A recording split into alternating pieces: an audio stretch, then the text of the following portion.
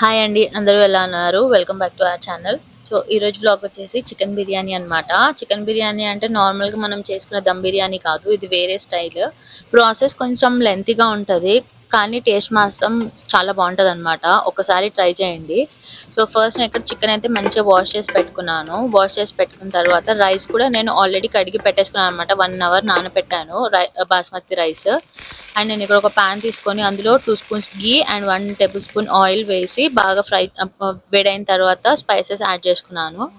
Spices వేసిన తర్వాత onion మిర్చి వేసుకొని బాగా ఫ్రై చేసుకున్నాను అనమాట. అవి కొంచెం ఫ్రై అయిన తర్వాత జింజర్ గార్లిక్ పేస్ట్ వేసుకున్నాను. పచ్చివాసన పోయిన తర్వాత నేను ఇక్కడ టమాటో వేసుకొని బాగా ఫ్రై చేసుకున్నాను అనమాట. ఇవి చాలా ఫ్రై అవ్వాలి, అంటే లైక్ బ్రౌన్ కలర్ వచ్చే వరకు ఫ్రై చేయాలి.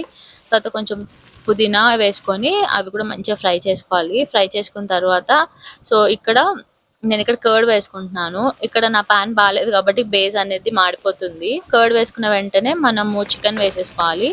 చికెన్ వేసుకొని దాంట్లోనే కొంచెం సాల్ట్ అండ్ గరం మసాలా వేసి ఫ్రై చేసుకున్నాను అనమాట. గ్లాసెస్ ఆఫ్ బాస్మతి రైస్ తీసుకున్నాను ఈ కప్తో.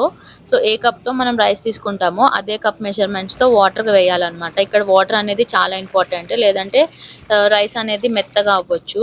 సో ఫస్ట్ నేను ఇక్కడ 3 గ్లాసెస్ రైస్ తీసుకున్నాను. 3 గ్లాసెస్ అంటే 1 గ్లాస్కి 1.5 కప్ వాటర్. సో అలా 3 గ్లాసెస్కి 4.5 కప్స్ వాటర్ వేసాను అండ్ 1 కప్ ఎక్స్ట్రా వేయాలి. సో 5.5 గ్లాసెస్ వాటర్ వేసి 10 మినిట్స్ చికెన్ అనేది బాయిల్ చేసుకున్నాను అనమాట. తర్వాత వాటర్లో నుంచి చికెన్ అనేది పక్కకు తీసి పెట్టుకున్నాను. అదే వాటర్లో మనం నానబెట్టుకున్న బాస్మతి రైస్ వేసి పెట్టుకున్నాను అనమాట. సో మనం 5.5 గ్లాసెస్ వాటర్ వేసాం కదా, చికెన్ ఉడికిన తర్వాత 1 గ్లాస్ వాటర్ తగ్గిపోతుంది. సో కరెక్ట్గా అందులో 4.5 గ్లాసెస్ వాటర్ ఉంటాయి. అదే వాటర్లో రైస్ అయిపోతుంది.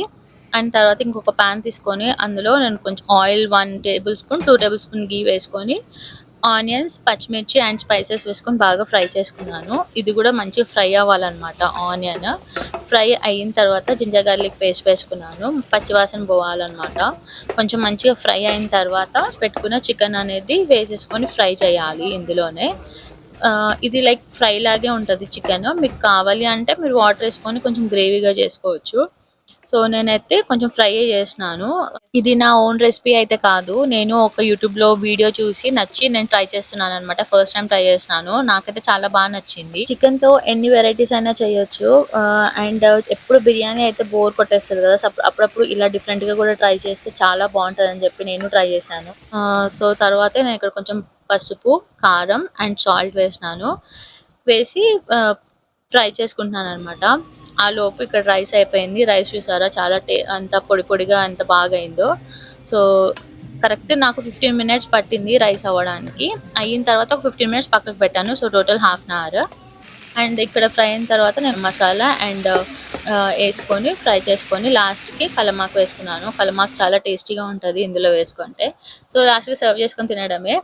ఐ హోప్ మీ అందరికి నచ్చిందని అనుకుంటున్నాను. ప్లీజ్ ట్రై చేయండి. ట్రై చేసి ఎలా వచ్చిందో నాకు కింద కమెంట్ చేయడం మాత్రం మర్చిపోకండి. And see you in the next vlog. Bye.